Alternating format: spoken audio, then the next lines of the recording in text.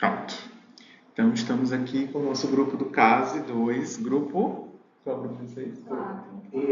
4. E o Noleto E, que veio faltando aí. Então, como faltou energia ontem, então a gente vai deixar essa aula disponível aí por um período depois. Então, assistam logo a aula, tá? Porque depois a gente vai apagar. E para a gente repor essa aula que a gente deu e iria dar ontem, tá?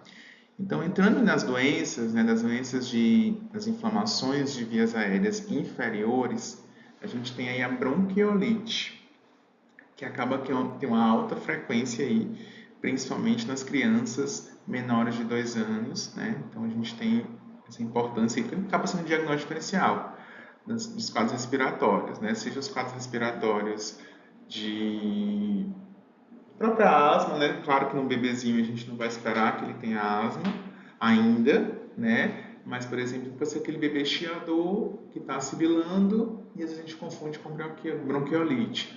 Ou às vezes ele é um bebê que ele está fazendo uma pneumonia e confunde com quadro de bronquiolite, né? Então a gente vai falar um pouquinho disso pensando aí nesses diagnósticos, tá? Então, a bronquiolite viral, a gente chama de bronquiolite viral aguda, ela é a infecção do trato respiratório mais comum nas crianças pequenas, tá? Infecção do trato respiratório inferior, tá? Mas, claro que as infecções de vias aéreas superiores, elas vão acabar sendo aí a principal causa, né, de infecção, né? E a gente tem uma obstrução, né, inflamatória das pequenas vias aéreas, né? Quando vocês pensam traqueia, brônquio, anatomicamente, né? E bronquíolos, né? Então, assim, essa obstrução ela vai acontecer nessa região, tá? Ela é principalmente aí em menores de 2 anos e mais ainda nos menores de 6 meses, né? Então, a gente fala muitas vezes com um bebezinho menor de 6 meses, a chance de, num quadro respiratório, até em vias aéreas superiores, evoluírem para uma infecção de via aérea inferior acaba sendo bem frequente. Tá? Então a gente sempre tem que ter esse cuidado aí de avaliar esse paciente. E a gente vai ter alguns principais agentes. Tá? O principal agente aí disparado, ele é o vírus sincicial respiratório, que é o VSR, tá? E muitas vezes também ele pode ter uma gravidade um pouco maior, tá? Mas outros aí também podem ser influenza, rinovírus, parainfluenza, adenovírus, metapneumovírus, bocavírus humano. Então, na verdade, qualquer vírus respiratório ele pode sim desencadear uma bronquiolite, mas o vírus essencial respiratório acaba sendo aí o principal, né, que vai causar aí a bronquiolite nessas crianças. E isso é importante a gente saber e entender por que acontece a sazonalidade da bronquiolite. Então, a gente vê mais bronquiolite no primeiro semestre aí do ano.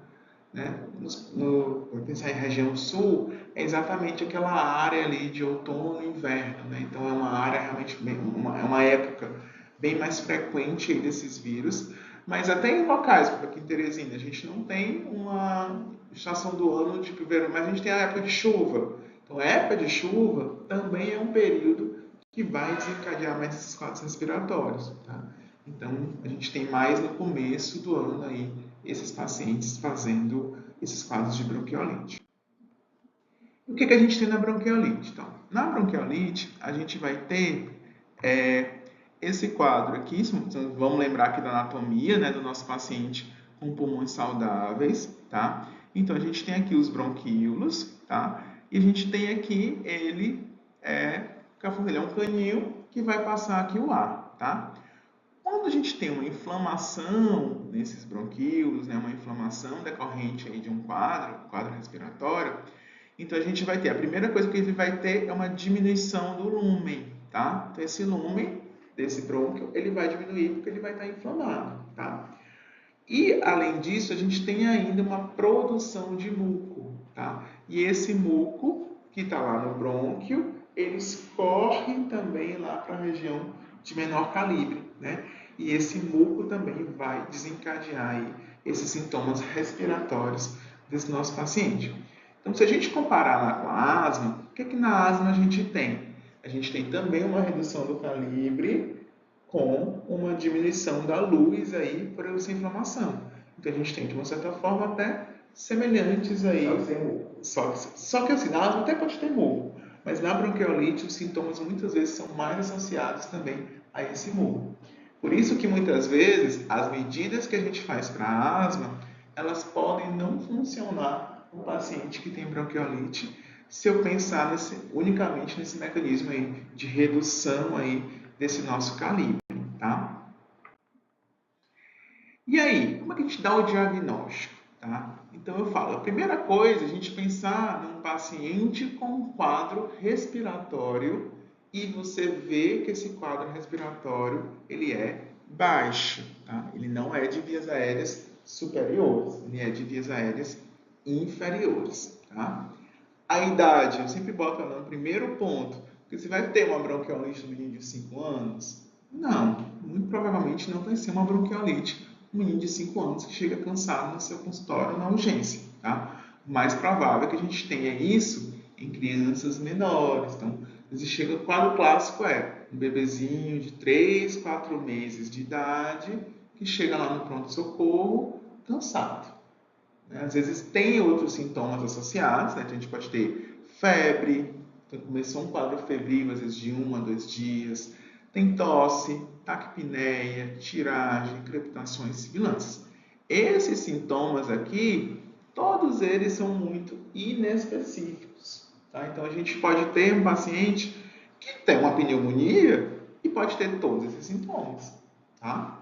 Então, muitas vezes a gente vai ter que ter um cuidado maior nesse paciente para eu avaliar. Mas se eu pego lá um meninozinho de 2 meses, um quadro respiratório, então assim, a bronquiolite ela tem que entrar no seu diagnóstico diferencial, tá?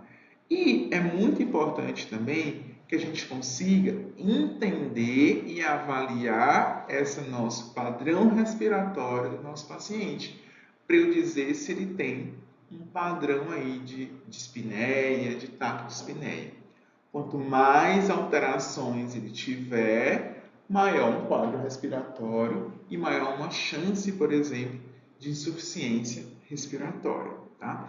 Então, se a gente tem, pode ter, começa com um sincronismo nos movimentos do tórax, do abdômen, depois ele começa a declinar essa respiração, então ele vai ter uma respiração mais abdominal. Você vê, igual, quando a gente enche, às vezes sobe tudo, né? Depois ele enche, mas ele aumenta mais o abdômen. Até que eu vou ter o que chama de balancing, que é um assincronismo, tá? Quando eu puxo, o abdômen escava. Quando eu solto, o abdômen sobe. Então isso também já é um sinal de piora do padrão respiratório. Lembrar das retrações, né? Então a retração costal, subcostal, chifoide, né? Então, quanto mais retrações eu tiver, são sinais aí para a gente pensar em desconforto respiratório cada vez mais grave, tá? A gente pode ter também batimentos de asa de nariz, aquele bebê que ele tenta puxar o ar de todo que é jeito, então você consegue ver exatamente a narina, ela abrindo, né, como uma abertura, tá? E o gemido expiratório, né? Então, às vezes você consegue, o paciente não tem gemido expiratório, e aí você às vezes só escuta quando bota o estetoscópio, né? Então, quando bota o escutador, você escuta. Às vezes o paciente está tão cansado que você do lado dele você escuta ele fazendo. Então, é um sinal de gravidade, tá? Então a gente consegue pontuar isso. E claro, quanto maior a pontuação, maior aí um sinal de gravidade. Então, se você tem um bebê que tem esse quadro e está associado a desconforto respiratório, então assim, o diagnóstico de bronquiolite ele tem que estar aí nas suas principais hipóteses, né? Então você tem que pensar aí em bronquiolite como sendo um diagnóstico para esse paciente. E aí, às vezes, assim, o diagnóstico ele é clínico. Tá? O diagnóstico de bronquiolite ele é clínico. Então, você pega uma criança, 3 meses de idade, com desconforto respiratório, auscultou, tem sibilo, tem estertora, tá às vezes roncando também. Aí você pensa, não, a chance de ser bronquiolite é o mais comum, tá? Às vezes você tem dúvida. Ah, será que é uma pneumonia? Né? Você não tem ainda, ficou na dúvida, até para decidir, será que eu entro com antibiótico? Não entro? Será que é viral mesmo? Então, às vezes, o raio-x ele pode ser útil para a gente avaliar melhor esse paciente, tá? Mas lembre que o diagnóstico ele tem que ser clínico, tá? Mas o raio-x ele pode nos dar uma dica aí, principalmente de eu pensar, não tem talão de pneumonia, não tem derrame pleural, então às vezes você consegue avaliar bem isso. Mas o que é que claramente a gente consegue avaliar na bronquiolite? A gente vê sinais de hiperinsuflação pulmonar, tá? Então eu brinco assim que essa é a palavra-chave para vocês lembrarem aí do raio-x do paciente com bronquiolite. Então o que é que você vai ver? Você vai ver um pulmão mais hipertransparente, né? Um pulmão mais escuro, né? Um pulmão mais preto, tá? Você consegue ver claramente aqui no perfil, aqui embaixo, né? E esse ar ele tende a ficar mais preso embaixo, tá? Porque assim, é aquela história, o ar entra, mas a dificuldade dele é para sair, né? Por isso que muitas vezes os sibilos, os roncos, eles são muito expiratórios, tá? E outra clássico é a retificação de arcos costais, tá? Então, se você vê, olha, são tudo retinho, paralelos, né? Quando normalmente eles fazem uma curvazinha. Aqui a gente vê que eles estão bem mais retificados, tá? Então, vamos lá para o nosso paciente de 3 meses, com quadro respiratório, com dispneia, cansaço, ausculta rica, né? Estertor, sibilando. Você ficou na dúvida, pode ser uma pneumonia? Pode. Né? Se pensar os critérios de pneumonia, taquipneia, vocês vão ter essa aula ainda de pneumonia, mas se eu vejo que ele tem um raio-x que não tem condensação, raio-x não tem condensação, está hiperinsuflado, você fechou o diagnóstico aí de bronquiolite para esse paciente, tá? Mais uma vez eu falo, muitas vezes eu não vou precisar desse raio-x, tá? Eu posso clinicamente, claramente definir apenas por essa história clínica, pelo meu exame físico, definir que o meu paciente tem um quadro de bronquiolite. E a grande questão é qual vai ser o meu paciente, aquele que eu vou internar, qual vai ser aquele que eu vou mandar para casa, tá? E às vezes a gente fica a grande dificuldade às vezes no pronto-socorro é isso. Então a gente tem critérios, tá, para admissão hospitalar, tá? E que alguns que a gente recomenda e outros a gente considera, tá? Então vamos passar aqui por cada um. Então vamos supor, um bebezinho de 1 mês e 1 mês e meio, então menor de 2 meses, então assim, ele tem que ser internado, tá? Ele é um bebezinho que ele tem uma chance de descompensar é muito maior. Não está aceitando a ingesta hídrica, né? Então ele não aceita aí a ingesta, não está conseguindo mamar, está tão cansado que não consegue mamar. Então é outro critério também. Desidratação, então acaba que um critério entra no outro, né? Desidratação, então ele está desidratado. Letárgico, né? Se ele teve nesses episódios apneia, então também é para a gente pensar. Ele se mantém taquipneico, né? Com taquipneia moderada grave, né? Se ele tem disfunção respiratória moderada grave, então por isso que a tabelinha anterior, ela vai ser importante para a gente poder definir isso. Se ele está saturando menor que 91% em ar ambiente, então a gente vai ter que às vezes fazer um aporte de oxigênio para ele, né? Ou às vezes um paciente que ele tem alguma comorbidade, né? Então um cardiopata, um paciente com hipertensão pulmonar, é um imunodeficiente, tá? Então se esse paciente já tem alguma comorbidade, ele também tem indicação de internar ele, tá? O que eu posso considerar, né? Vamos supor que ele tem uma cardiopatia que não tem repercussão clínica, né? Se é uma prematuridade, mas uma prematuridade não é tão extrema, tem uma síndrome de Down, então você vai considerar e vai avaliar os fatores, tá? Vamos, se você acha que ele tem uma evolução mais rápida, então também pode considerar para você pensar, não, talvez é melhor deixar esse paciente em observação clínica, né, para a gente observar, do que às vezes mandar para casa. E às vezes você vai pensar também no socioambiental, né? Então às vezes é um paciente que a família tem zero condição de ficar observando ele em casa, então às vezes também a gente acaba internando ele, pensando aí nessa dificuldade às vezes de transporte. Às vezes é um paciente que mora lá na zona rural, de um bairro distante, então às vezes a gente tem também que acaba internando também nesse social também, tá? E a gente tem um guideline, né, um fluxograma, tá? Para a gente fazer esse manejo desses pacientes, tá? Então, eu vou avaliar, a primeira coisa assim, avaliar se esse meu paciente ele tem um quadro para doença grave, né? Então, até para poder definir, vou internar, não vou internar, ou ele tem um risco maior de internação, né? Aquele olhar inicial que você faz para você pensar se esse paciente ele precisa já ser avaliado ou tomar uma conduta imediata, né? Aí você vai avaliar os sintomas, né? Então, avaliar se ele tem apneia, se ele tem chiado, se ele tem tosse, se ele está conseguindo se alimentar, se ele está fazendo uma ingestão de líquidos, tá? E aí você passa para o exame físico, né? Então, você vai avaliar principalmente padrão respiratório, vai contar a frequência respiratória, vai avaliar os movimentos do tórax, né? Vai avaliar se ele está usando musculatura acessória, né? Aí você avalia na ausculta, né? Como é que está a crepitação, se ele sibila, né? Se ele está sibilando aí junto, né? E você vê o estado geral, né? Se está letárgico, se ele está hidratado, se ele está conseguindo se alimentar, né? E aí você passa para as investigações, né? Então você já passa para intervenções que você pode fazer.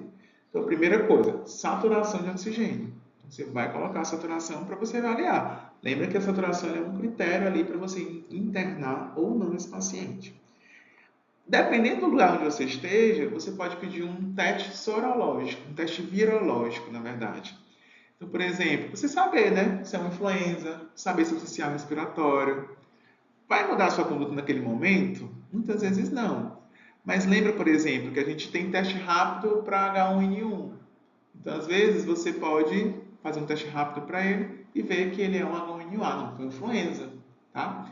Mas se a gente for olhar os protocolos de influenza, por exemplo, quando é que a gente vai tratar a influenza usando, por exemplo, o oseltamivir, né? Então, por exemplo, paciente menor de 2 anos, um quadro respiratório, teve febre, ele já é um paciente com síndrome gripal. Então, por exemplo, aqui ele já entraria no protocolo da gente iniciar o oseltamivir para ele, tá? Então, muitas vezes assim, o saber qual é o vírus, ele é mais uma questão epidemiológica, tá? Para saber depois qual é a prevalência do vírus inicial respiratório, né? Isso acaba sendo isso. Mas na nossa conduta inicial, muitas vezes isso não vai interferir, tá? E aí, conforme, aí eu posso pensar, né, se eu vou pedir uma radiografia de tórax, se eu vou pedir um hemograma, né, para avaliar também, às vezes me deixa na dúvida, se está desidratado, então você pode pedir um sódio, um potássio, né, para avaliar. E aí você vai definir a gravidade, né? Então vou definir ele como leve, moderado ou grave e vou definir se ele vai ter critério para internar ou não, tá? Então, quais são os critérios para eu definir essa bronquiolite como leve, moderada ou grave, tá? Então, tudo vai depender da alimentação, frequência respiratória, se ele tem tiragem, batimento de asas do nariz, saturação de oxigênio, comportamento geral dessa criança, tá? Então, um paciente que está ali, mas ele ainda está comendo, está normal, tem uma frequência respiratória aí, vamos supor que ele é um bebezinho de 3 meses, então frequência respiratória de 40, então ainda tem uma frequência respiratória adequada. A tiragem dele é leve, tá? Não tem batimento de asa do nariz, né? Saturação de oxigênio é acima de 92% e ele tem um comportamento ainda normal. Então ele tem uma bronquiolite leve, tá? Vamos agora ver o grave. Então no grave, a gente tem um paciente que não aceita alimentação de jeito nenhum, tá taquipneico grave, né? Então acima de 70, né? Uma tiragem grave, uma tiragem intensa, né? Presença de batimentos de asa do nariz, gemente, saturação aí menor que 88% e o comportamento letárgico. Então, é um paciente que, se a gente não, ele está em franca insuficiência respiratória. Então, se a gente não intervir nesse momento, existe um risco de morte grande. Então, a gente tem que entender aí, e aí, claro, obviamente, um grave, ele é indicação de internação. Se a gente olhar lá nos critérios, ele é indicação de internação. Um moderado você pode ponderar. Mas se você, no moderado, se ele tiver com 92, até nem é por si só a saturação. Mas aí vai depender dos outros critérios, tá? Então, se ele tiver um ponto desse, eu já considero moderado, um ponto desse eu já considero grave. eu vou internar dependendo aí daqueles critérios de admissão hospitalar, tá?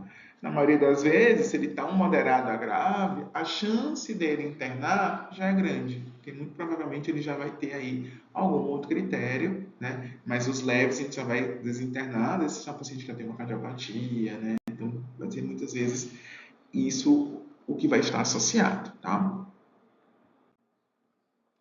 E seguindo aqui o nosso fluxograma, tá? Então, se eu definir como ele leve, então aqui em cima do nosso protocolo, se eu defino ele como leve, basicamente o que a gente vai fazer é orientação para os pais, tá? Dizer que é um quadro agudo, que é um quadro autolimitado e explicar para os pais quais são os sinais de alarme. Então, para o pai e a mãe reconhecer essa criança e levar para o pronto-socorro caso essa criança descompense, tá? E às vezes, por exemplo, lembra que o choro, a irritabilidade da criança pode piorar o cansaço. Você não vai lá ficar furando essa criança, porque às vezes ela não está cansada, e às vezes você piora o cansaço com o choro que ela vai ter. E aí, observe em casa. Tá? Se a gente tem um paciente com um quadro moderado a grave, a gente vai tentar manipular o mínimo possível, tá? E aí, dependendo aí do paciente, a gente vai ter algumas condutas, tá? Então, por exemplo, se a gente vê, até fala da posição prona, né? A prona, ela melhora, né? A gente até viu isso muito no Covid, né? Que ela melhora esse padrão. Agora, é difícil uma criança, às vezes, um bebê ficar em prona esse tempo todo, né? Então, eles mexem muito, tá? Então, se eu tenho muita secreção nasal, a gente faz lavagem nasal. Se eu tenho queda de saturação de oxigênio, a gente dá o suporte de oxigênio necessário. Se ele está desidratado, então eu vou hidratar, não vou hiperidratar, então eu vou fazer uma manutenção para ele, vou deixar ele com uma hidratação. Então, estou vendo que ele está perdendo demais, então restauro esses líquidos, né, para evitar que tenha uma desidratação, tá?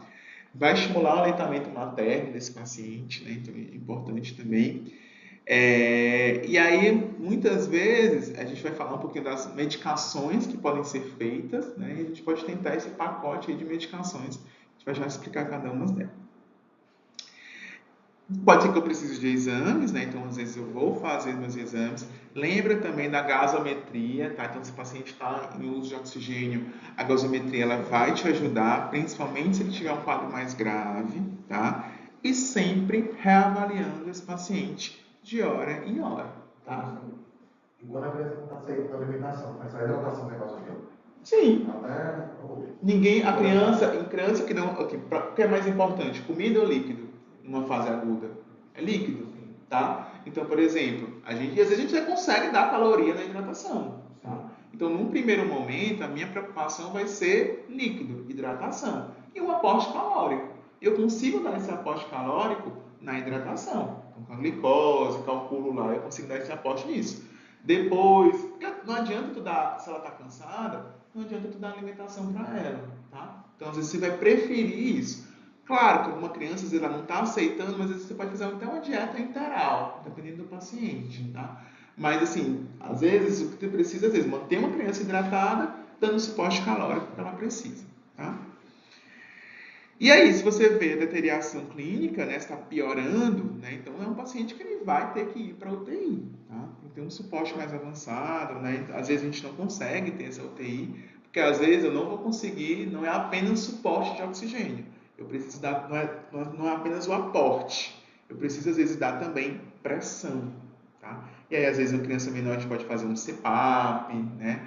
E às vezes uma criança maior, às vezes com um CPAP ajuda bastante, né? A gente consegue dar um pouquinho de pressão e melhora bastante esse padrão respiratório, tá? Se ele começa a evoluir com a apneia, piorando, aí você vai ter que pensar mesmo numa ventilação mecânica. Porque às vezes até ele vai fadigar, né? Então, às vezes, tanto desconforto respiratório, ele tende a fadigar a respiração e às vezes ele acaba, às vezes, sedando e indo para a ventilação para garantir aí uma via aérea, né, de oxigênio, tá? E o tratamento? Então, o tratamento, a gente tem uma parte que ele é um tratamento não farmacológico, que ele não depende aí de medicações, tá? Que é basicamente o aporte hídrico, né? E a parte de fisioterapia, né? Então, a gente já tem aí modelos de fisioterapia específicos, né? Que podem ajudar na bronquiolite, né? Então, às vezes, a gente pode tentar aí é fundamental, às vezes, essa avaliação do fisioterapeuta junto, para a gente ver aí alguma técnica aí para a gente melhorar. E vamos passar um pouquinho para o tratamento farmacológico, tá? Então, primeira coisa, oxigênio, tá? Então, o oxigênio, ele é o principal aí, arma que a gente tem aí na bronquiolite. Porque assim, se o paciente tem baixa oxigenação, eu vou dar esse suporte, dar esse aporte, tá? E aí vem as grandes polêmicas, né? Os broncodilatadores, solução salina hipertônica, corticoide. Eu brinco com o aluno que for estudar pelo slide, ele vai errar na prova porque ele vai ler bem que ele vai decorar assim, qual é o tratamento farmacológico. Oxigênio, broncodilatador, solução salina hipertônica, corticosteroide. Na hora da prova ele erra. Por quê? A gente vem aqui. O que é que tem realmente evidência ou não, tá? Então essa é uma grande revisão, tá? Vista pelas todas as recomendações que a gente tem aí, e o que é que hoje tem evidência ou não no tratamento da bronquiolite. Então, a gente vai falar um por um. Então, primeiro, broncodilatador. Todo mundo faz broncodilatador para bronquiolite. Isso é muito clássico, tá? Então, é bem frequente, a gente pega aquele paciente que está internado, um quadro de bronquiolite, e está lá usando o broncodilatador.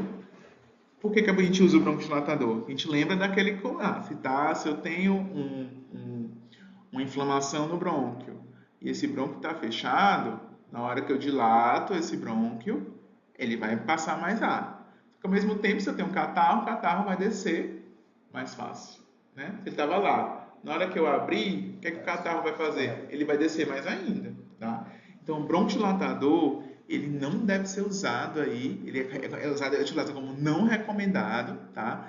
Não mostra uma efetividade em melhora de sintoma, não mostra efetividade em tempo de hospitalização, diminuir tempo de hospitalização e tempo de internação, tá?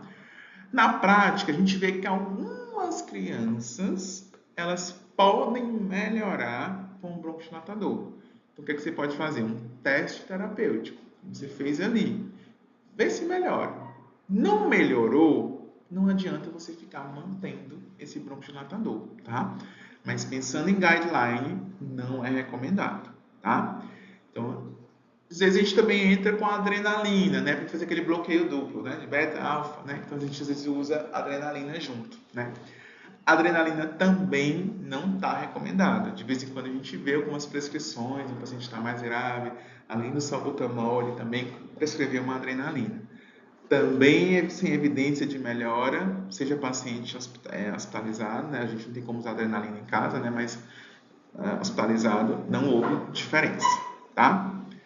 Corticoide, a gente vê também todas as prescrições lá, hidrocortisona, metilprednisolona, tá? Então tem ensaio muito grande, randomizado, multicêntricos, também sem evidência aí de melhora, tá? Então não está recomendado o uso de corticoide na criança com bronquiolite, tá? Salina hipertônica, né? Que você faz ali o NaCl a 3%, não é o soro fisiológico a 0,9, né? É um soro fisiológico aí um pouco mais hipertônico, né? A 3%. Então ele pode considerar, tá? Porque alguns estudos mostraram que a solução salina a 3%, ela pode melhorar os pacientes, principalmente aqueles internados há mais de 3 dias, tá? E o consenso italiano de 2014, ele também recomenda, tá? Muitas vezes para fazer, desmobiliza mais a secreção, né? Então melhora esse muco, né? Então os pacientes estão mais tempos internados, então tende a ser utilizado, tá? Então você, pensando em evidência, você está autorizado a utilizar a salina hipertônica 3%. Oxigênio, considerar, a gente é importantíssimo, mas principalmente eu tenho que avaliar a saturação do meu paciente, tá? O que é que os consensos falam? Então, na verdade, ele coloca assim, se eu tiver uma saturação acima de 90 com o meu paciente sem acidose, então você pediu lá a gasometria desse paciente, ele não está fazendo acidose respiratória ou acidose metabólica. Você pode deixar, às vezes, sem oxigênio, tá? Mas se você vê que ele tem a saturação 90, 92, às vezes e ele tiver um esforço respiratório, somente menor de 3 meses, também tem indicado, tá? Claro que menor de 90 vai ter indicado para todo mundo, tá? Então você pode pensar aí no oxigênio. Outra coisa que você pode considerar também, cânula nasal com alto fluxo, tá? Então, às vezes, você aumentar o fluxo de oxigênio melhora esse padrão mais do que em si a oferta de oxigênio. O fluxo de oxigênio, às vezes, ele é mais importante aí do que o aporte, tá? Mas apenas o consenso do Reino Unido coloca, precisaria de mais estudos. Na prática, a gente já tem feito bastante, tá? Somente em alguns centros que a gente tem cânula de alto fluxo, a gente consegue fazer e a gente às vezes vê uma melhora boa, tá? Oximetria, né? Muitas vezes, né, fica aquela dúvida se ela, porque às vezes você fica muito, deixa mais uma ansiedade, né? E às vezes também pode deixar uma internação prolongada, né? Porque às vezes o que acontece? Você fica muito ali, eu quero um nível alto. Às vezes o paciente já está com 90, não tem mais acidose, está melhorando. Aí você fica, nossa, mas ele estava tão grave. Tá 90 agora. Vou manter o oxigênio. Aí você não dá uma alta para ele logo, tá? Então, às vezes, a oximetria você pode considerar, mas tem que ter muito cuidado, porque às vezes você acaba ficando muito ligado à oximetria e esquecendo, às vezes, de ver o padrão clínico do seu paciente, tá? Aí aqui vem a fisioterapia respiratória, né, que a gente falou que todo mundo faz. Pelos consensos, ele não recomenda como evidência de melhora, tá? Fisioterapeutas que não me escutem, mas isso é o que está lá no consenso, nas recomendações, tá? Na prática, a gente faz, né, tentar mobilizar a secreção, mas imagina só, às vezes, lembra que uma das coisas que a gente quer é que o nosso paciente, o mínimo de intervenção possível. Então, às vezes, na hora que eu estou lá, eu estou irritando mais ele. E às vezes eu posso piorar esse cansaço desse meu paciente, tá? Vocês vão reconsiderar as recomendações, tá? Isso, exatamente, o guideline é esse, tá? Quando é que ele recomenda? Então, um paciente, por exemplo, que ele não tem um driver respiratório por si só, por uma doença musculoesquelética, uma atrofia, ele não tem um drive bom, então às vezes você vai ajudar através da fisioterapia. Se ele for um paciente rígido, não é uma indicação específica, tá? Solução salina, né, que é a lavar ou inalação, na verdade inalação, né, com soro fisiológico puro, tá? Por si só também ela não é recomendada, tá? E se for fazer, né, apenas lavar mais superficial aí, né, só para tirar essa secreçãozinha aí, então não tem indicação, tá? Eu falei, né, que o tratamento da a bronquiolite ela é viral. Então, é óbvio que não deve ser usado antibiótico, tá? A não ser que você tenha dúvida de diagnóstico, você acha que pode ser uma pneumonia, raio-x deixou em dúvida, né? Então, isso que você vai, né, pensar, né? Mas, no geral, não está recomendado, tá? Nutrição e hidratação, né? Você pode considerar, né? Você vai manter ela hidratada. Na hora que ela tiver capacidade de comer, você já reintroduz a dieta também, tá? Então, você pode fazer isso. Névoa, né? Que seria fazer inalação só com soro, né? Também não está indicado, né? Aí vem os antivirais, né? Antivirais, no geral, também eles não estão indicados. Porém, se eu suspeito que possa ser uma influenza, eu posso utilizar o oseltamivir, tá? O protocolo de oseltamivir, ele libera para a gente fazer nas crianças que tenham síndromes gripais. Então, a bronquiolite não deixa de ser uma síndrome gripal. Então, síndrome gripal de menor de 2 anos está autorizado pelo protocolo do Ministério da Saúde a gente fazer oseltamivir. Então, com exceção do oseltamivir, os outros antivirais não têm indicação, tá? O palivizumab, ele tem uma função preventiva, tá? Ele não tem função na fase aguda, tá? Então a gente utiliza injetável, tá? A gente utiliza principalmente para os pacientes que são prematuros, tá? Prematuros extremos, na verdade, eles têm indicação de receber um esquema mensal por 5 meses do palivizumab, tá? A solução salina é não recomendada e a hipertônica também não é recomendada. Não, a hipertônica é considerar, tá? Alguns colocam, né? O consenso italiano coloca, né? Então ela pode ser utilizada. No caso, a hidratação é feita através deles. Não, a hidratação, a solução salina que a gente está fazendo foi feito na nebulização, tá? Não é no soro, não. Não você mata o paciente, tá? E quais são nossos critérios de alta, tá? Então, o paciente, você monitorou, depois de que tirou o oxigênio, o ideal é que você espere pelo menos 6 a 12 horas, esperando pelo menos também um período de sono, né? Para você ver como é que ele se comportou no sono, tá? E sempre planejar com os pais, tá? Porque eles vai ter que saber, você tem como voltar se a criança piorar? Você tem como ficar atento a essa criança, tá? Porque é isso que vai definir, tá? Então você vai avaliar a frequência respiratória, ela tem que estar adequada para a idade, sem nenhum sinal de desconforto respiratório, tá? Ele tem que estar saturando pelo menos 93, acima de 93, né? 94 para cima, em ar ambiente. Tem que ter uma ingesta adequada, está conseguindo se alimentar, né? Conseguindo beber. Os cuidadores capacitados, né? Para fazer uma lavagem nasal, né? Porque a obstrução aqui pode piorar, né?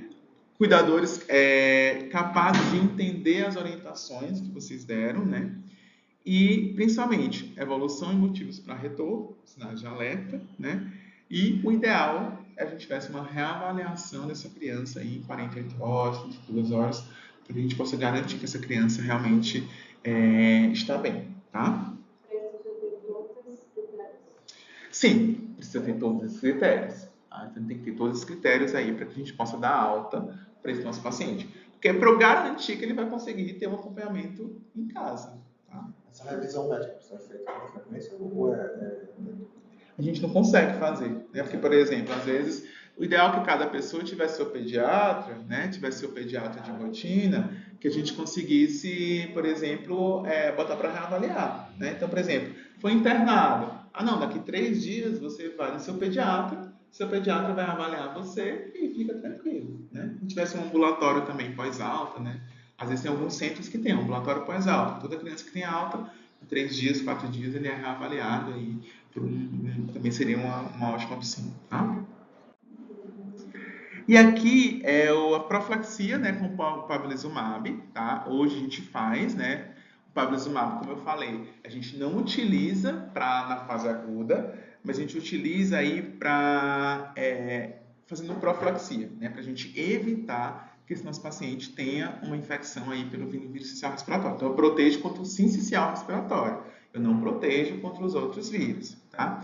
Então aqui estão os critérios, depois vocês podem ler com calma, tá? Mas no geral a gente utiliza em prematuros extremos, tá? Menor que 29 semanas, ou outros prematuros, dependendo se eles já tiverem outras doenças, né? Por exemplo, uma hipertensão pulmonar, um quadro pulmonar, uma cardiopatia congênita, né? Então às vezes eles podem ser avaliados, tá? Então, se é uma coisa que você pode fazer aí para as crianças como prevenção. Não está no slide, mas isso é desse ano, é novíssimo, está chegando em Teresina, inclusive, essa semana, tá? Essa semana hoje são 18 de setembro de 2024. O uso da vacina de prevenção do vírus sincicial respiratório. É uma vacina aplicada nas gestantes até 36 semanas e que protege o bebê por 6 meses, tá? Então, ela custa em média aí R$ 2.100, então é uma vacina que ela não está aí, não é no SUS, infelizmente, que é onde devia estar, né? Mas assim, para quem tiver condição, é mais uma oportunidade que a gente tem aí como prevenção aí, e aí a gente está oferecendo para as gestantes, né, a partir de até 36 semanas, com proteção até 6 meses. A prevalência dessa bronquiolite, qual tipo de criança, tipo, classe baixa, alta? Pode acontecer em qualquer faixa etária. Assim, a gente sabe que onde é que os vírus vão estar mais frequentes? Quando tem cuidados, muita gente, né, cuidados de higiene não tão adequados, então de uma certa forma tem isso. Só que a gente tem outros fatores. Por exemplo, a gente fala muito da bronquiolite do irmãozinho, né? Então acontece, a criança ela tem o segundo filho, né? O segundo filho, normalmente ele tem bronquiolite mais fácil do que o primeiro. Porque o segundo filho tem uma criança que está na escola e que vem para a escola, para o ambiente da família, que tem um bebê de 2 meses. Então, esse bebê ele pode ter um quadro de bronquiolite. Tá?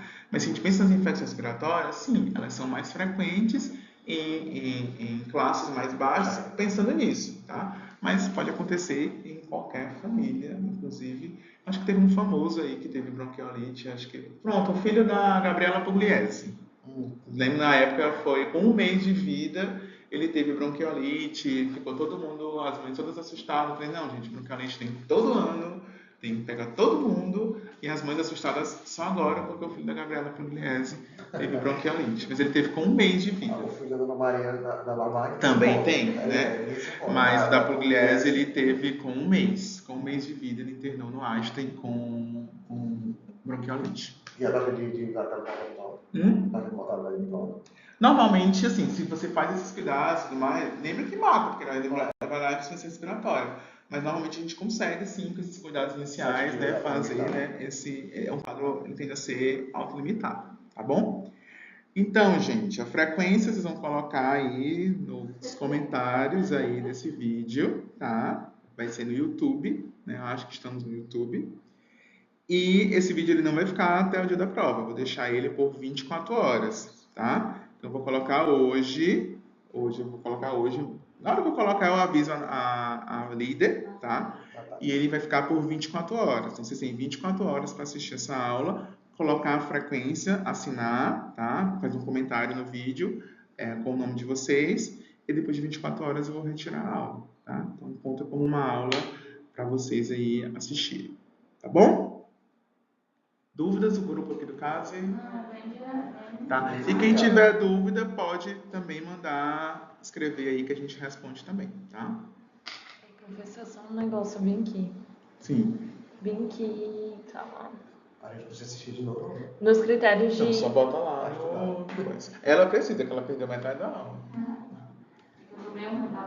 Nos critérios de admissão hospitalar. Sim. Aqui, nesses a ser recomendado, tem que ter todos ou basta 1, 2, como é? Então, se ele tiver um, Já é motivo. ele já é um motivo, tu não precisa ter todos, tá? Então, por exemplo, se ele tá bem, mas ele tem... Ó, vamos olhar pro filho da Pugliese. Por que ele internou? Porque ele tinha 1 mês de vida, entendeu? Então, eu não sei detalhes na época, entendeu? Mas assim, ele ter 1 mês e ter uma bronquiolite, mesmo que leve, ele teria uma indicação de internação, entendeu? Professor, mas só A ser recomendada, na verdade. Né? eu acho que se tiver algum desses, acaba puxando um outro. Sim. Um puxa o outro, né? Então, porque, por exemplo, se ele não está conseguindo comer ou beber, ele vai desidratar, né? Se ele está taquipneico, a chance de ele fazer uma disfunção respiratória moderada grave é maior. Então, realmente, um puxa o outro, tá? Então, você pode... Né? Ok? Combinado, gente? Então...